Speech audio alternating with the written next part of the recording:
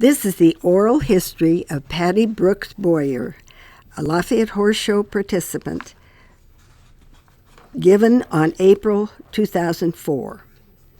Patti Brooks Boyer grew up in the Lafayette Horse Show. Her father, George Brooks, was the horse show announcer for years. He and her mother, Rosalie, belonged to the Contra Costa Horsemen's Association. An only child, Patti was born in Richmond in 1920. She never took riding lessons and can't remember when she got started. Quote, "My dad got a horse.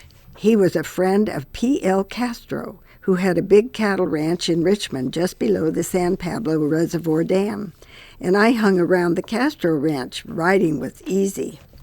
We rode in the big parade for the opening of the Golden Gate Bridge in 1937, she remembers. Paul Albert was the original announcer for the Lafayette Horse Show. He lived in a little adobe house across from where the Lafayette Park Hotel is now.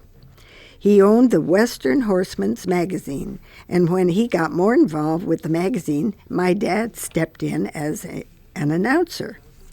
The horse show had a small rodeo with calf roping.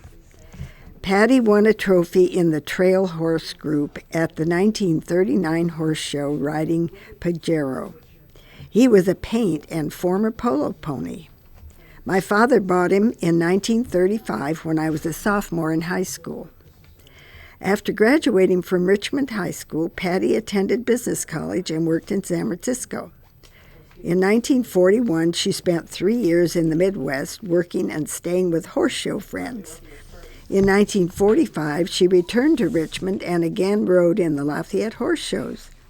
The horse show was on Ocampo and Solano Streets off St. Mary's Road on Dr. Hamlin's property, she remembers. There was a lot of activity with horses in Contra Costa County and Pittsburgh and Antioch. We also rode in shows in Tracy. In 1946, Patti and Ernie Boyer were married. He was a non-believer who was scared to death of horses, she says with a laugh. I kind of lost track after that. Patti and Ernie were living in Richmond when their children, 2 sons and a daughter, were born. They looked at lots in Lorinda and Lafayette, finally choosing a flat lot off Release Valley Road. Everything we saw was on the side of the hill. Ernie kept saying, "We're going to be goats," she says. The Boyers rented a house in Sunset Village and began building their home in 1957. We built it weekend to weekend. We did everything ourselves except the brickwork outside. In 1961, they moved into the house, where Patti still lives today. All 3 of her children graduated from Acalanes High School. Her older son, a former actor who got his start at the Dramateurs, lives in New York. Her younger son and daughter live in the area. Patti has 4 grandchildren. Although she didn't continue riding, Patti found other outlets for her energy. From 1968 to 1991, she was a volunteer manager at the Terrace Tea Room in Walnut Creek, whose proceeds benefited the Mount Diablo Therapy Center, now Rehabilitation Services of Northern California Mount Diablo Center. When I started, there were 350 volunteers, but during the 60s, everybody went back to work. When we started, there were only about 4 other restaurants. Then competition came in. We used to give $25,000 per year to the therapy center, she says. Both Patti's mother and her daughter, Brooks, also volunteered at the tea room. In 1996, Patti and Ernie were planning to celebrate their 50th anniversary with a trip to the Grand Canyon when Ernie became ill. He passed away in 1998. Patti made the trip alone the following year. I love to travel, but I don't like to fly, she says, so I take the train. You see, Middle America.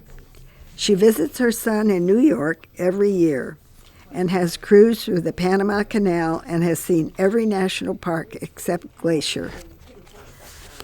Lafayette had 8,000 people when we moved here, Patti recalls. Pleasant Hill Road stopped at Mount Diablo.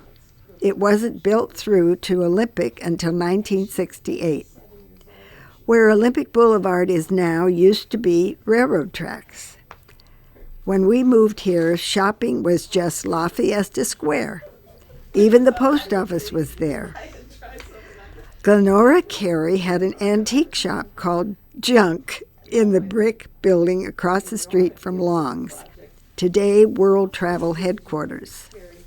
I used to shop at Lewis Store, today Trader Joe's. The Curve restaurant was where Celia's Mexican restaurant is today. Angelo's Meat Market was where Lafayette TV is now. And the Cake Box Bakery used to be where Kinko is. There used to be a delicatessen where the Squirrel Cafe is now. Guy's Drugs was next to Albertsons. Sprouse Ritz Variety Store became Whole Foods, and now it's Chico's and Pendleton's clothing stores. There was a drugstore with a soda fountain where Starbucks is today. Danny Van Allen had a restaurant on Mount Diablo Boulevard near the parking lot at the corner of Oak Hill Road, and one of the Flood brothers used to own a service station where Bank of America is today. Rick's Drive-In used to be where the Hungry Hunter is. Pioneer Market was on Golden Gate, and there was a grocery store in Lafayette Square. There was a restaurant that used to have photos of old Lafayette on the walls. It was in Audrey Richardson's building near Joe's Sports Bar, now Coach's Corner. Still trim and athletic looking, Patti found a new outlet for her considerable energy 10 years ago. She volunteers 3 days a week for the Friends of Lafayette Library, 2 in the book room and 1 transporting donated books. One place in Lafayette I've never been is the Roundup, she says with a chuckle.